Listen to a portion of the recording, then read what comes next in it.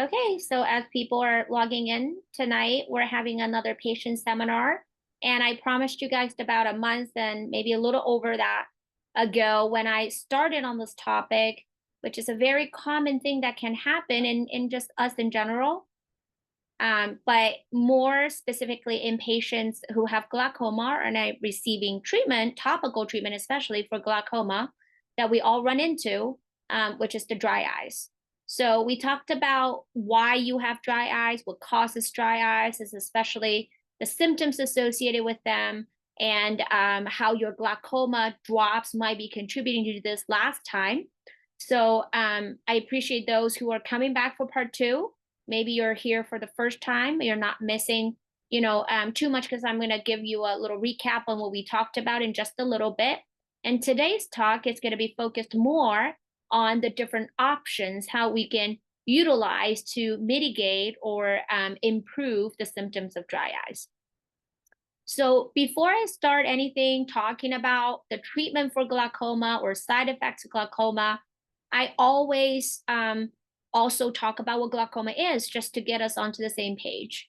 So all my patients heard me like talking about this whole spiel on what glaucoma is. It's essentially is a optic nerve damage as a result of high pressure in the eye. And usually after I explain what that is, I get the next question, but why does pressure increase in the eye? So essentially, dysfunctional internal drainage system is what causes the high pressure in the eye. In all of our eyes, there's a built-in drain that's supposed to be draining out any waste fluid and then to balance the fluid in and out and new and old in the eye to allow a normal physiological eye pressure. But if there's any blockage in that drain, or if the pump cells that are supposed to be in charge of pumping out these fluids are not working 100%, then it leads to a backup of fluid issue and leading to increased eye pressure. When the pressure is too high in the eye, it then exerts that extra damage onto the nerve, which you can see from this photo where my cursor is pointing at. And the nerve is this big cable that plugs into the back of the eye. It doesn't necessarily go anywhere more further or more anterior to the front of the eye.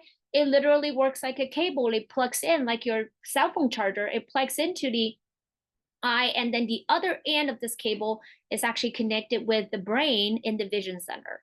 So if the pressure in the eye is too high as a result of this imbalance in the drainage system, the nerve gets damaged. And as a result, for people who have nerve damage, you end up having vision challenges. This is an exaggerated version of what vision challenge can happen in severe cases of glaucoma. And so the hallmark of glaucoma is restricted vision. So not necessarily clarity, especially in the early stages. People can still theoretically have 20/20 vision for a very long time, but they're going to notice the narrowing of the field of their vision, where they may get into T-bone accidents, where they may be bumping into corners a lot, or sometimes they miss the last step on the stair and fall that way, all because the vision now is more just to the center and narrowed in, restricted. That process happened pretty slowly, and which is why it is really hard to notice when it's actively happening. It's not going to be that you wake up with a significant change in the vision that usually does not happen with glaucoma. If you were to have that, something else need to be checked out. But slowly, it does come into the center where it becomes tunnel vision. And that even can get worse from there, where I literally saw a patient not too long ago where they have keyhole vision, where they can see through the center hole, still theoretically 20/20 and practically 20/20 in that case, but everything else around it is dark, just like you see through a keyhole. So blindness from glaucoma, which can happen if not well managed, can often be prevented if we detect it early and put you on the appropriate treatment, which is why a lot of my patients don't necessarily have glaucoma, but they may have suspicion or risk factors as a glaucoma suspect, or sometimes we call it pre-glaucoma or borderline glaucoma. So treatment options of glaucoma have changed a lot in the past decade, if not a little bit more. And in the past, if you had a family member with glaucoma, especially your grandparents' age, they might start on an eye drop. And 1 drop to 2 drop to 3 drop to 4 drop. And we now have like 5 different categories of drops. And in between that, there are different combinations of the different categories. So drops were the main way of treating until you can't anymore and the pressure's not well measured, managed on those drops. Then we have to move on to surgery. At that point, surgery were more invasive and more suturing, more recovering time associated. Nowadays, a lot of our patients do not have to stay on drops, nor do they have to get invasive glaucoma surgery.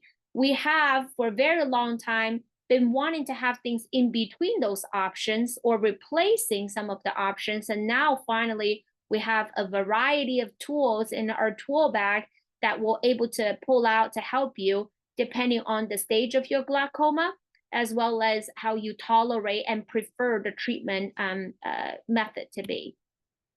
So this is an illustration of what categories of overall treatment options we have. There are laser treatment, there are eye drops, and more recently, we've developed medication implants.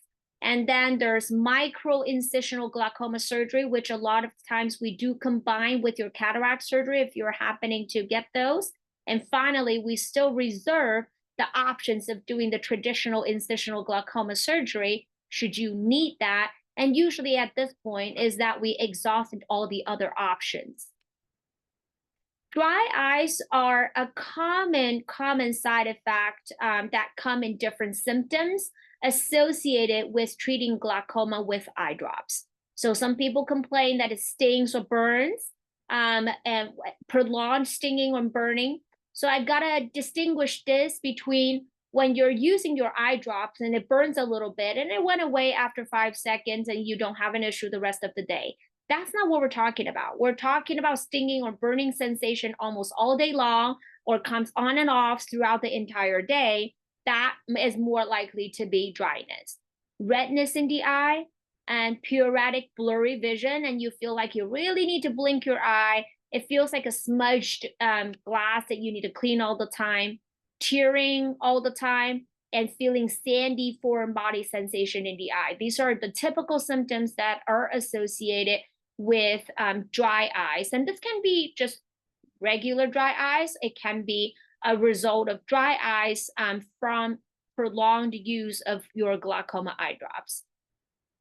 So we talked about last time, even though we have a variety of different glaucoma eye drops, now we start people on very, very few categories of those medications actually have preservative-free version of those particular eye drop. So normally, if you're using a glaucoma drop, you notice your drops are coming from a bottle and you use that either once a day or twice a day. And the bottle was designed so that it lasts about a month. And then every month you get a new prescription from the pharmacy, you get the refills. That's the typical way of using it. And people usually, most of the time, tolerate it very well.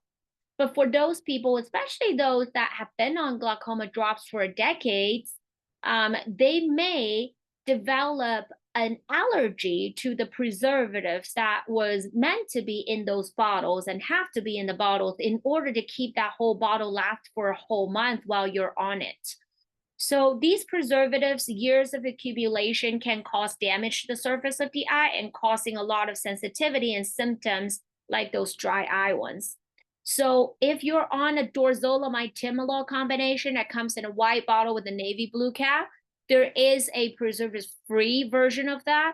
And then that helps to get rid of the preservatives in it, which is why now if you look at the pictures, they're individual package. So you don't have to worry about what if the drop in that little vial goes bad once you open them, because it's meant to be for one-time use. You can put it in one eye, one in each eye, just for that night. You throw that little vial out and then you open a new one the next day. So that's a way to reduce the total amount of preservatives going into the eye. The other one that we have is Timoptic, which is the preservatives-free version of Timolol. That's the white bottle with the yellow cap. And sometimes I've seen it in a clear bottle with a yellow cap, but the key is the yellow cap. And they try to kind of color code it the same way with the yellow on the package. And then there are two other ones that you use at nighttime. the Zyoptan and the IUZA, which is the newest preservative-free version. These are the drops that's equivalent of the clear bottle teal or green or turquoise color that you use at nighttime, just one drop in each eye. So these are solutions to drops with preservatives, but clearly it's only 4 of the options that we have. Like if you are on Combigam, for example, if you were on dorzolamide, benzolamide, and if you're on bromonidine, these drops do not have these individual package version available. They're just very expensive to make, and sometimes from a chemical stability standpoint, it's impossible to make them, which is why it's not commercially available. So that makes it not practical for all of you guys to switch to preservatives-free version. Otherwise, we would, because it's overall less unnecessary chemical into the eye. And the friendly part of this is that it's good and healthy for the eye, but the unfriendly portion of using these drops is the cost. It's considerably higher compared to your drops that comes in a bottle, especially generic versions. None of these drops really have generic version. I've heard recently that the Zyoptan is having a generic version, but it's also hard to get because the supply is not very stable. So overall, the sentiment behind how do we try to minimize dry eye in patients with glaucoma who unfortunately are using all these drops and need these drops to maintain their eye pressure is that we try to reduce the total number of drops that you have to use. So each time you put a drop in, there's a portion of it is preservatives. So when we can, we try to do combination eye drops. So rather than two drops from 2 different bottles, we rather them in the 1 bottle that contains the 2 active ingredients to minimize the amount of preservatives you have to get. We also, when possible, switch to preservatives-free formulation. And finally, we also try to, and which is something we actually really try nowadays as a primary effort, is to consider alternative treatments such as laser treatment and medication implant to replace the drops that you're on. So in the past, most of you guys are thinking, especially if you're slightly older in your parents' or grandparents' generation, having to do laser or having to do a little minor procedure is usually considered to be a big deal. When drops can't do this anymore, I can't just take drops. Yes, you can, but it comes with after years and years experience with these medications. We learn more about their side effects, and especially chronic side effects that can happen to people. Dry eyes, even though it's not a major debilitating thing, it can be really interfering with your lifestyle in a very significant way if we're talking about using these drops like decades and if not even longer in order to maintain your glaucoma and preserve your vision. The drops are all for a good cause, but it also comes with a lot of side effects. So in order to make people getting the appropriate treatment while maintaining a good eye pressure without the compromise of having to deal with dry eyes, we came up and had years of testing and clinical trials to prove that these alternative ways are not damaging the eye, having very little side effects and or downside and risk, and it has very minimal risk of using these other alternative ways to treat glaucoma, and it's delivering similar, if not better results than doing the drops. So today I'm going to highlight these 2 options as replacing the drops in order to treat your milder stages of glaucoma. It definitely works better when these are freshly diagnosed glaucoma or early stages of glaucoma rather than severe cases of glaucoma. It still has its way and it has its room, role in treating more severe stages of glaucoma in the moderate to severe stage. The goal is still to reducing the number of eye drops. None of this is to kind of make your glaucoma go away, because you all heard me like repeatedly. You probably hear my voice when you use your drops every night. There's nothing you could do to stop glaucoma completely or remove it from you. All we're doing is kind of chasing after the pressure number and try to stop it from causing more damage. So first of all, laser, SLT, or selective laser trabeculoplasty, as its full name, is nowadays being promoted as a primary therapy in treatment-naive patients who is freshly diagnosed with glaucoma. Treatment-naive, as in you've never been treated for glaucoma, you were just told you have glaucoma and need treatment. So there's a clinical trial called the LIGHTS trial, which is a large-scale, very reputable clinical trial done in Europe, that it proved that if we randomize people, like 50% randomly get assigned to using drops, and the other 50% get randomized to getting the laser. 6 years later, the people who got laser treatment for their glaucoma actually outperformed the drug group. So if you had the laser first, you do better. Your pressure's better maintained, and your peripheral vision has less damage compared to those started on eye drops. So based on that data, as glaucoma specialists, we've been actually really trying to educate patients. You're not stuck with drops. In fact, you might be better off if you're the good candidate to be treated with the laser for your glaucoma in the milder stages without starting anything else. So just so you know, American Academy of Ophthalmology, which is the official organization of all ophthalmologists, we just had a meeting in Florida this year talking about all the updates and trial results and new equipment coming out for all fields of glaucoma, including glaucoma, all fields of ophthalmology, including glaucoma.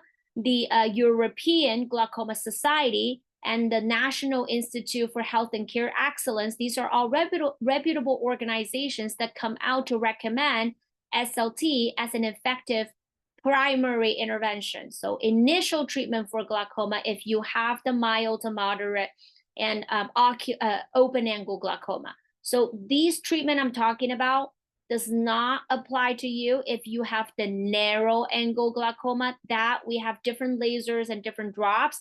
But for open angle, which is the more bread and butter, more common type of glaucoma in the United States, the laser has been thought or proven to be a better strategy than using eye drops.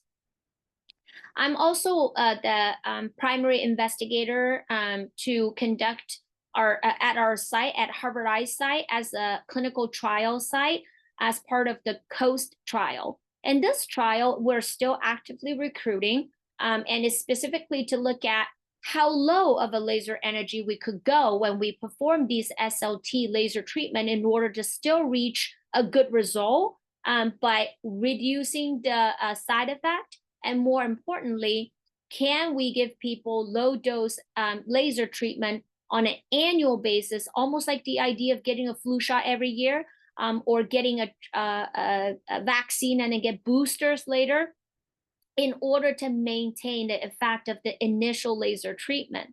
So as part of the total 27 centers nationwide, we're the only one in South California area. Another one is UC Davis up north. And then we have been recruiting very consistent for this trial. Lots of patients are doing very well from their initial laser treatment. As the trial has been started for the past 4 years, 3 going 4 years, we've noticed that the initial treatment for your glaucoma probably should still be a full dose and to yield the best result, the most lasting result without it failing too early. But every year, if we give you a low dose or half dose booster, you might be able to maintain the effect of the laser very well for the past 4 years if we count from the first patient we recruited. So that's great data to support the laser works, and there may be other ways we can make the laser work longer and more effectively, and sparing people from ever have to go back to use eye drops for their glaucoma. Another way besides doing laser is how we can deliver medication to your eye differently than applying eye drops. So now this is another type of intervention that we've been wanting for a while. Like some of you guys might wear a patch for certain medications like hormones, especially that's the common type that people might be using as a patch form. Other people may have had heart stents put in, and some of them are drug-eluting stent, where it releases blood thinner while the stent is in the eye, all in the heart vessels, helping to stent that open. So the idea of having a long-lasting, slow-release device to apply the drops in the location where it needs to be at is not foreign. It's just more recently, we developed more long-lasting and a safe, anchored way of delivering these medication. So iDose TR is first of its kind. It's a tiny little stent that we put into the eye through a small procedure. It is done in the operating room, so not like the laser is done in the office. The laser is done in the operating room with very, very gentle, calming anesthesia. And it only takes less than 5 minutes to put it into the eye. And this device is a stent, so it's designed with a little sharper part at the front, so it could be anchored into the eye in a secure way. And then another end of it is a mash where the medication in oil droplet form will slowly release into the eye and work at the location where it's supposed to be at. So it's very tiny. If you look at this picture, if you hold it in your finger, it really is barely visible. And then it stays into the far corners of the eye, and your eyelid covers it very well. Even if it's in a location where the eyelid isn't covering the eye, as long as it's far in the corners, nobody can really see. You have a little device in the eye. It's very tiny. It's meant to be tiny, but it holds the amount of the medication equivalent to your nighttime prostaglandin medication, which is your travoprost or Travatan, your Zalatan, latanoprost, your Lumigan, so your Zyoptan, your Iuse, those same category of medication where you're only using them one drop at nighttime, and it's slowly releasing that, and it holds the amount of medication enough for 3 years. So if you look at, this is actually a real picture with one of my patients. You can see the little metal stent where I'm circling it right here, and we're lifting the eyelid. When the eyelid sits in its normal position, it covers it and no one can tell. And this is like 25 times of magnification. In a real situation, you don't see that. And on a cartoon illustration, this is what the stent look like, and then that's how it sits in the eye. So it does a really, really good job of releasing the medication.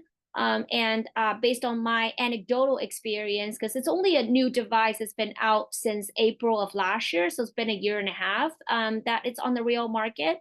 Based on my patients, everybody is at least receiving the same amount of pressure reduction as if they were on their drops previously.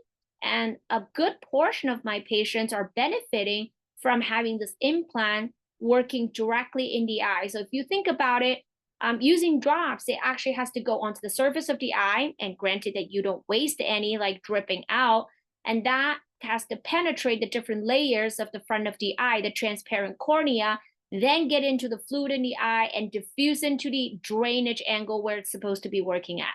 Well, this medication is directly applied into the eye, so you don't waste anything on the way to get there. And it's very close to the drain, which is like highlighted in purple here. It's a mashed surface on the drain where it's working directly where it's supposed to be working at, and more effectively that way.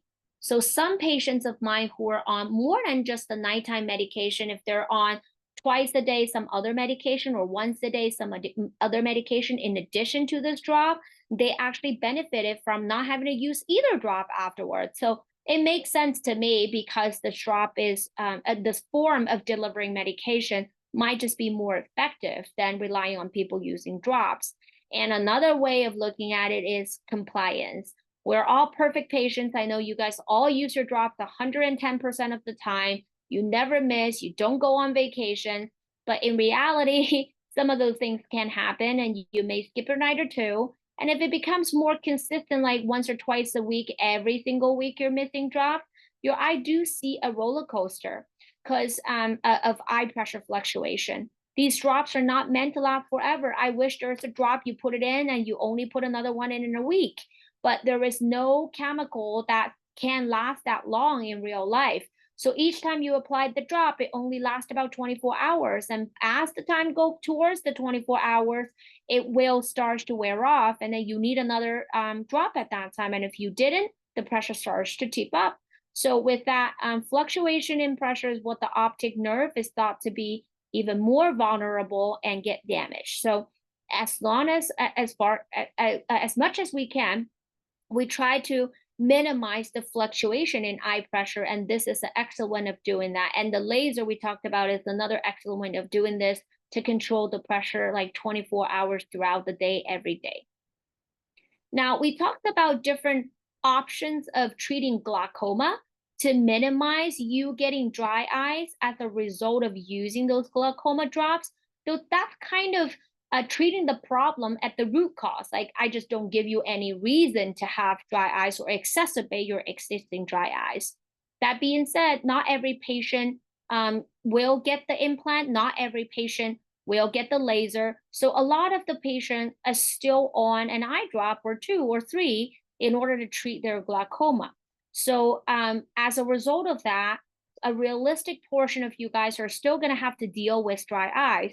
So today, the rest of this talk is going to talk about what if you end up still having dry eyes? How can we make you feel more comfortable with these symptoms that you cannot fully avoid?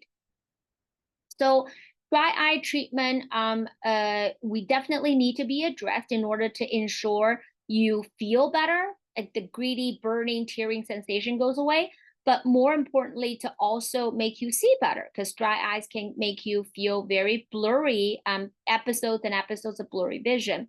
And a lot of the times, the dry eyes are also it's not just like caused by the medication. A lot of the times it's because you have some underlying dry eye symptoms to start with, and the drops and continuous use of the drops actually exacerbate that. So in those situations, many times we see patients also with concurrent blepharitis. That's just a fancy word. It's not an infection. A lot of people say, I have blepharitis, my eyes are infected. So blepharitis is actually a inflammation of the eyelid, and meibomian gland dysfunction, again, sounding like it's supposed to be gland, G-L-A-N-D. Sorry about the typo there. But the meibomian gland dysfunction is a fancy big word to describe that the oil secretion, which is important part of the tear that you naturally make. Our tear has not just water, it's not just salt water, it has water as mucin, it has oil, and the three component has to have a good balanced equilibrium in order to be functional to help protect the surface of the eye. So if there's inflammation along the oil gland or along the eyelid, that's where the glands are, you're going to have issues with tear health. And if the tear is not healthy, it's going to actually exacerbate your dry eyes. So here is a spectrum or algorithm of how we can treat dry eyes if you really have to have them. So conservative measurements would be to do lubrication eye drops. I think a lot of our patients on glaucoma drops, when I tell them your eyes look a little dry, I always give them a sheet of the recommended dry eye lubricating medication you can get over the counter. And basically, it's there to minimize the foreign body sensation, irritation, redness, tearing that can be associated with using these drops and dry eye symptoms. If you are using less than 4 times a day, the bottle ones that you buy are okay, they're fine. But be mindful that these bottles, as long as any eye drops comes in a bottle, they all contain additional preservatives in them, just like your glaucoma drops. So if you're using more than the 4 to 6 times a day, we're not gauging by how much you are required to have them. These drops are more supposed to be as you need them. So if you're needing more than 6 times a day, then it's recommended that you don't use the bottle version, but again, switch to the individual vial version that we talked about earlier, just like the glaucoma drops. And that way to minimize the total number of preservatives that's going to go into your eye. And at nighttime, it's better to choose a gel or ointment formulation of these drops because they're designed to be thicker and last longer. And the bad side or the drawback of using these thicker formulations is that it's like putting Vaseline around your eye. It's like oil's going to smear in, you're going to see blurry. And that's why people hate it during the day, even though it's lasting longer for lubrication, it's making you see blurry. So for those who have to drive or have to work, it's not a good option. So we say to stay away from the gel and ointment during the day, but do apply them at nighttime when you don't have to look at anything. And these last longer throughout the night, and it's just there to get your eye off to a better start the next morning. So here are some examples of what they look like. These individual vial ones, they're ones that comes in a bottle. Refresh, Sustain are generally really good brands, and there's Blink that I really like. Ivisia is a newer, more holistic, like plant-based, like very organic, if you will, type of formulation that some of our cornea doctors are really a fan of. And these are ointment or gel forms that you can get for the nighttime. So there's a whole variety of them. And if for my patients, if you ask for a sheet of these recommended things, we always have a printout for you on your way out, so you can kind of follow the pictures when you buy them in any pharmacy. Other conservative measures, like home remedies that you could do to help with the symptoms, is to clean your eyelid very well. So some people some people rather buy those wipes that you can get over the counter or in the pharmacy for cleaning. I advise you to soak it on longer before you wipe, and not just go back and forth and try to scrub it. It's meant to soak in the oil and the debris and then wipe it away. Alternative to that, which is a little bit more cumbersome, but actually a really good result, is to use regular shampoo. Baby shampoo is recommended, not because there's any magical things about it. It's just because it doesn't irritate the eye further. So if you get regular shampoo in the eye, you're gonna sting. But the baby shampoos, but babies can tolerate them. We can tolerate them. They're less likely to cause any unpleasant stinging sensation.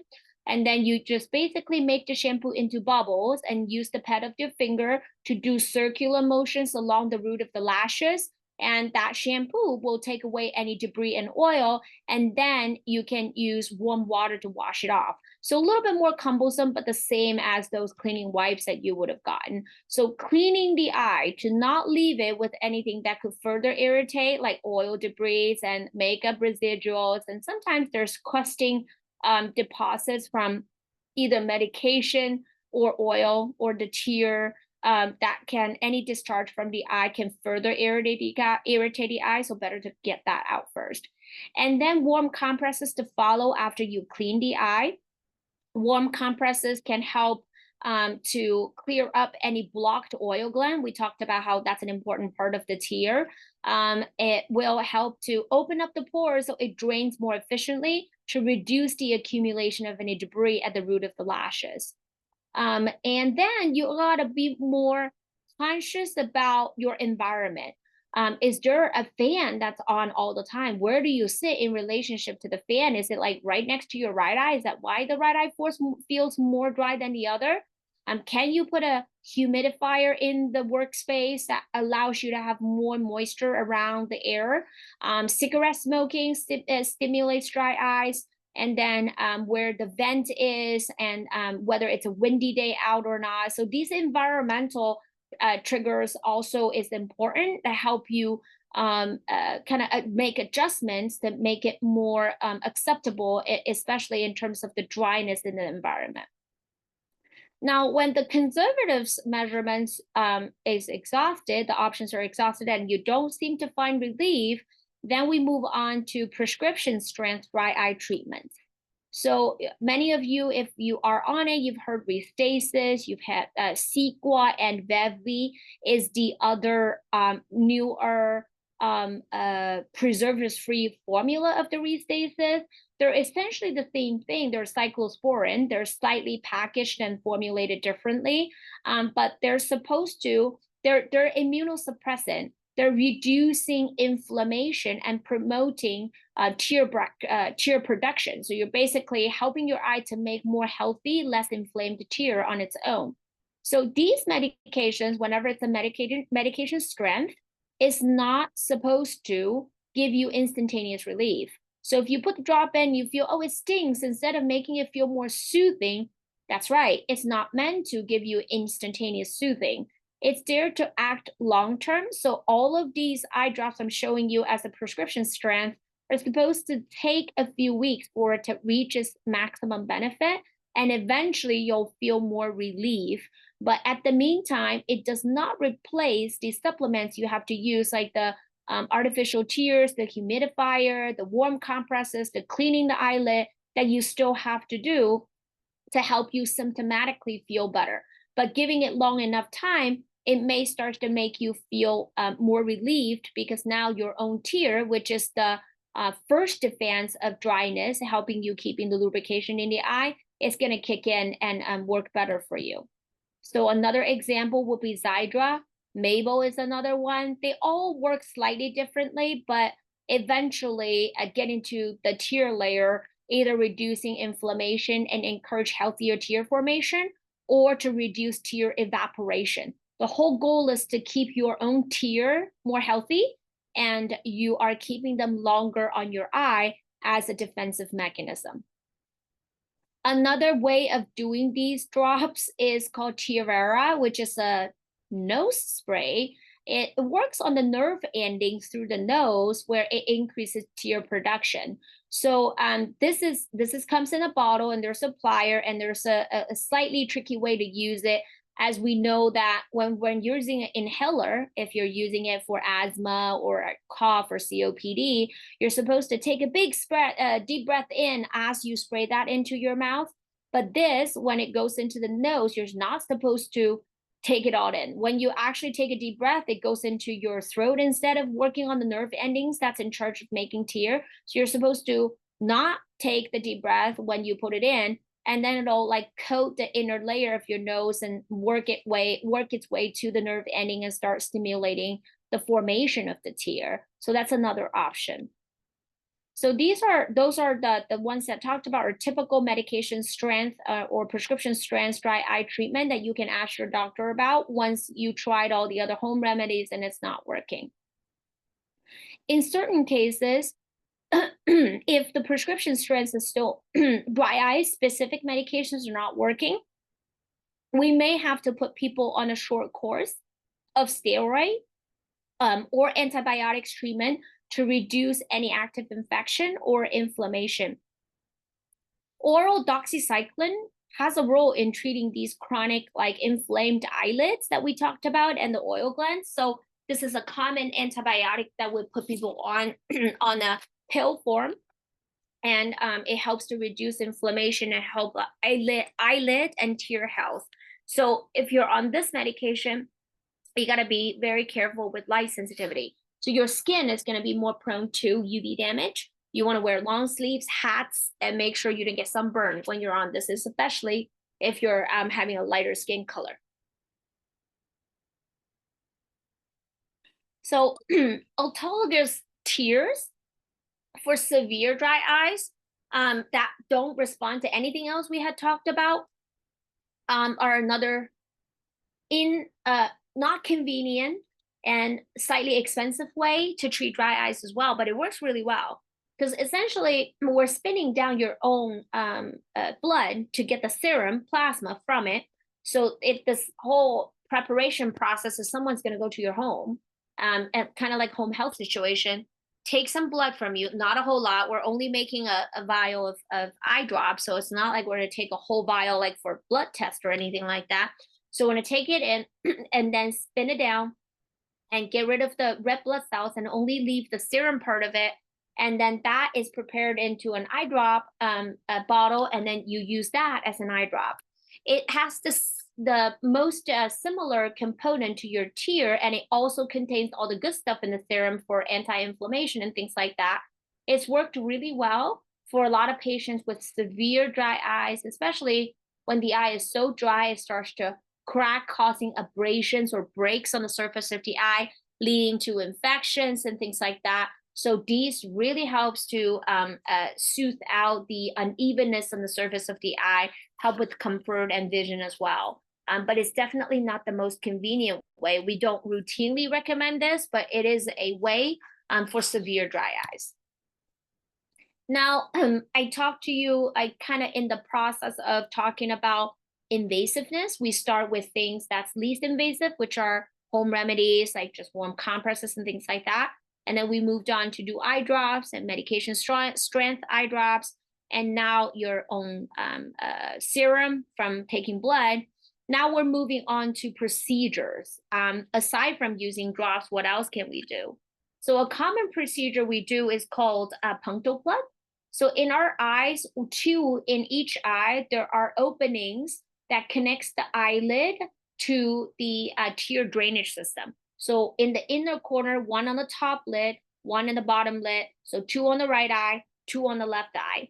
These openings are there to collect tear once it's done lubricating and coating the surface of the eye. If you don't have a way to collect the old ones out, it's just going to drain through the corner of your eye. So those are naturally designed there to collect extra tear from the surface of the eye. But if it does too good of a job and drain away your tear too fast, then you're going to have dryness issue. Same thing if you're in an environment that evaporates, like it's too dry and tear evaporates faster than usual, then you may not want your even normal performing tear puncta to work as good as it's supposed to, because then you keep more tear on the surface of your eye to balance out the quicker evaporation. So in these cases, we recommend using a little plug to close one of the temporarily, like to cap one of the drainage openings, usually the bottom one. And then that will keep the more tear on the surface of the eye for lubrication for longer. So here are pictures of what they look like. This little tiny yellow one, there are blue ones as well, if you've seen those. Those are made with collagen. They don't last too long. It's about 3 to 4 months, and it dissolve on its own. It's a good thing for people to try and see if it worked. If it's a good thing, then a lot of people either get these periodically or they transition to get the more permanent ones where it looked more like a little upside down mushroom with a cap on the top. So I personally always prefer to use the collagen one because it actually doesn't have a cap on the top. It's just an even cylinder, small cylinder shape that fits into the hole to occlude the opening to the tear drainage system. I like it because it dissolves away. If you didn't like it, you don't have to do anything to it. And it doesn't scar down. It's collagen, so it's very biocompatible. And also because there is no big cap on top of it, if the cap is too big, sometimes when you blink, you do feel that irritating the surface of the eye. You ended up rubbing your eye and you may decap it and kind of remove the punctal plug altogether, defeat the purpose. And this way, it just hides deeper down into the opening of the tear duct and you don't feel it. There's very minimal chance that you could manipulate it and make it like come out. So I actually prefer that one for comfort and for stability. We just have to replace it every 3 to 4 times. So for those patients, a lot of you guys are, I shouldn't say a lot, but a portion of you guys are doing that with me on a routine basis because for your glaucoma, you're coming in for a pressure check every 3 to 4 months anyway. So every time you get your pressure check, we can also do the punctal plug at the same time. So for those of you who are struggling with dry eyes and want to see if this is a good option, just let me know next time you see me. When the punctal plugs do not work or is working not to a full percent, in fact, we also have more ways to deal with. And these are this amniotic membrane that I'm going to talk about that's highlighted in this red circle is definitely something for a little bit more severe dry eyes. We really tried everything else on the left side of the screen, and now we're moving on to do another procedure. So basically, the amniotic membrane you can think of it as a stem cell or the cell form in a membrane form. But either way, it's a scaffold or loose stem cells that will help heal with a lot of healing factors on the surface of the eye to reduce inflammation and heal the surface of the eye. So it's not there to really treat dry eyes, like the reason why you have dry eyes, but to actually reduce the symptoms you feel as a result of the dry eye. So irritation, bad vision, because the eye after years of being dry is just more lumpy, bumpy, it's not smooth, and we want to correct that and want the eye to self-repair, then that is a good idea to use the amniotic membrane. So Procara is the first generation of this. It does come with a rigid peripheral ring to hold that little contact lens or stem cell in place. It's opaque. The membrane is not clear, so people do complain that they don't see well when they're using the Procara. But it's definitely the best way to keep the stem cell on your eye for the length of time that we want and have the best result in terms of tissue repairment. So we strongly recommend these for people who have very severe dry eyes and especially scratches and especially ulcer infection as a result of having too severe of dry eyes for too long. And we recommend doing the Procara. And another way of doing these are two other forms that the same company that makes the Procara also makes is softer contact lens without the rigid ring, where it still contains either the membrane or liquid forms of it in a stem cell loose cell form that coats the surface of the eye. So in these cases, the softer contact lens, the CAMS 360, are still a little bit opaque, but you see through it a little bit better than the Procara. But if we get the liquid form with regular normal soft contact lens on top of it to coat it or cap it in, vision is minimally impacted.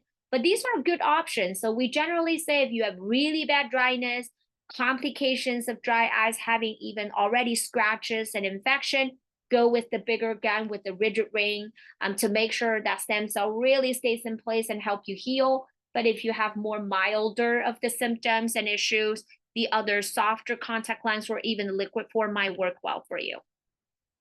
Now, after all of that, I also want to talk about devices to treat clogged meibomian gland. We talked about how clogged oil gland can contribute to dry eyes because you're not secreting oil in a healthy way to help make the tear healthy to maintain a good ocular surface or front of the eye. So we have machines that help us do that. One of them is called lipid flow. We have that in the office, and our excellent dry eye specialist in our optometry department, Dr. Scavana, and all of our optometrists do take the time to do this treatment for you. It's a thermal pulsation device. It's another way to kind of squeeze the oil gland to really remove anything deep down in the meibomian gland or the oil gland that lines the margin of the eyelid to get rid of all the gunk in there, make sure they're thermalized so it's like a warm compress at the same time to open up everything to get rid of all the debris and then make it a smooth oil secreting gland to do what it's supposed to do. So that's a way of treating the clogged oil gland. We will know if you have clogged oil gland by just looking at your eye, examining it. But we have maps we could do from an imaging standpoint, pictures and scans we could do that's more precise to tell how deep it goes, whether this treatment would benefit you. So you're more than welcome. A lot of my patients with more severe dry eyes, after we try a couple steps on the spectrum, we do send them to see our dry eye specialist just because we want them to be evaluated to see if they will benefit from these devices. I do welcome you to ask about them. And if you want, we can get a consultation with these dry eye specialists to see if you're a good candidate for the lipid flow. And essentially, this is what it looked like, where it looks like a little cup that goes onto the eye, like it's warm, and there are two leaflets to it. It does kind of do the squeezing of your eyelid. You may feel a little pressure. That's what you're supposed to feel. And before that, this is the scan I'm talking about, where it scans every single little vertical oil glands that lines the margin of your eyelid to show if there's significant clogging there.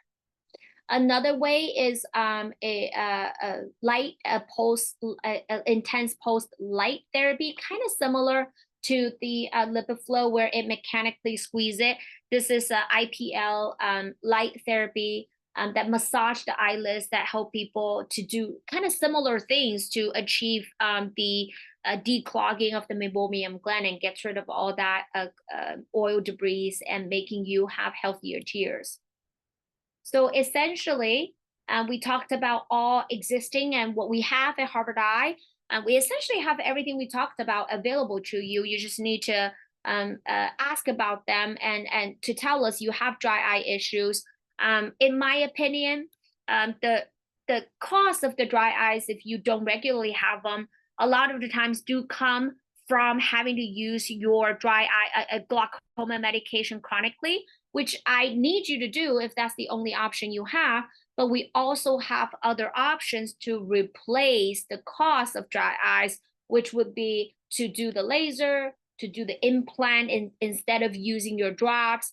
And when it comes to the time to do cataract surgery, I'd say right now, when I recommend a mix or micro incisional glaucoma surgery to our patients at the time of the cataract surgery, 99.9% of the time people go, why not? No brainer. And obviously, I have to convince you by showing you the good results as well. So, based on my patients, after their combined cataract, minimally invasive glaucoma surgery, we do achieve good results by replacing or reducing significantly the number of eye drops you have to use. So, that's what the procedure is supposed to do, is to reduce your eye drops. Again, I can't emphasize enough, there is no surgery whatsoever that could completely remove glaucoma. Unfortunately, at this age and era, we're still chasing after the pressure number. We're still trying to manage and stay on top of your eye pressure management so you don't lose your eyesight. We can't stop it. We can't regenerate nerve. So all the things we do is trying to get a good result of managing your eye pressure, but mitigating and reducing that side effect that you have to deal with as a result. So that's why I say all these interventional, it's going the new term, if you hear it on our commercial or elsewhere, interventional glaucoma is a whole newer idea and a philosophy of approaching the treatment of glaucoma. Is we want to stay ahead of the game. We want to give you treatment that works without burdening you too much on compliance, being a good patient, and also to reduce the side effects that comes with having to ask you use drops all the time. One of them being dry eyes, which can be debilitating when it gets to a severe stage. And the rest of the arrow is pointing at more severe cases of doing not just microincisional, a little bit more invasive glaucoma surgeries, which are still available options, just more reserved for severe cases. And that's the end of the talk. If you have any questions, I'm going to leave it on this final slide so you know the options we have to treat your glaucoma. But any questions we got, Erica, from the chat room or any raised hands, I'm happy to entertain that now before. Sorry, can you hear me, Dr. Wang? Yeah. Okay, great. Yeah, we have a couple of questions here. The first one says, are the medication implants able to distribute the medication over the entire 360 degrees for balanced, uniform benefit? Yeah, definitely great question. So actually, we talked about the drainage system of the eye and getting rid of waste fluid. So the fluid in the eye is constantly circulating. So if you somehow, let's like take a pig eye as an example for the sake of, just learning science, if you poke through the front of the eye, liquid will come out. So any eye, any biological eye will actually is filled with fluid. So whatever is anchored in a corner, the medication is not delivered through the pointy part. It's actually delivered through the flat part on the other end, where it diffuses first into the fluid. So the fluid is circulating in the eye 360. So it brings the medication 360 into the drainage system. Great. Thank you, Dr. Wang. And last question, what are the risks with medication implants and the need for their replacements? Are the number of replacements possible limited to a few in a lifetime? Great question. So yes, medication implants are newer development. The side effect, what we can see, given like the length of the investigation or treatment and what we have real life, is very minimal. Anytime you go into an eye to do surgery, there is always a risk of infection, inflammation. So that's something we always say: bleeding, infection, inflammation. But the risk of having those in such a small procedure where we're not even touching any structure inside the eye with a vessel, with bleeding and infection, is very, very minimal. So I say theoretically the risk is not zero, but with the antibiotics you're taking after surgery or you're getting during the surgery and the inflammatory eye drops you're putting on after, the risk of any major, irreversible, blinding side effect is very, very rare. And now you're right, once the medication reaches its lifetime, yes, an exchange is necessary. So it's easy to grab this, to take it out and put another one in. We cannot refill the cannula in there, but we are able to exchange. So far, the number of exchanges of medication is not limited by science. It's not limited by what we're willing to do, but more for insurance purposes, like what's covered and what's indicated in terms of FDA approval. So the company that's working on this is their first generation implant. The company is actually working on having cannulas of the same size, but be able to have more compact component of the medication that may last even longer, and then to reduce the number of exchanges that it's needing to happen. So the medication may last twice as long as it currently does. Now, I don't want people to get fixated on that, oh, how many drug delivery thing that we can get like in a lifetime. It's a great question and it's very valid for certain people, but don't forget there's other things on the spectrum. If the drug delivery system isn't working for one reason or the other, it could be medical, it could be more logistic and administrative. There are other options that are insurance covered and still safe. There's the laser, there's the minimum invasive glaucoma surgery we can still do independent of your cataract surgery in order to control pressure. Wherever, whatever we do, whichever angle we tackle it, we want your pressure to be at its ideal range and without causing you more vision loss.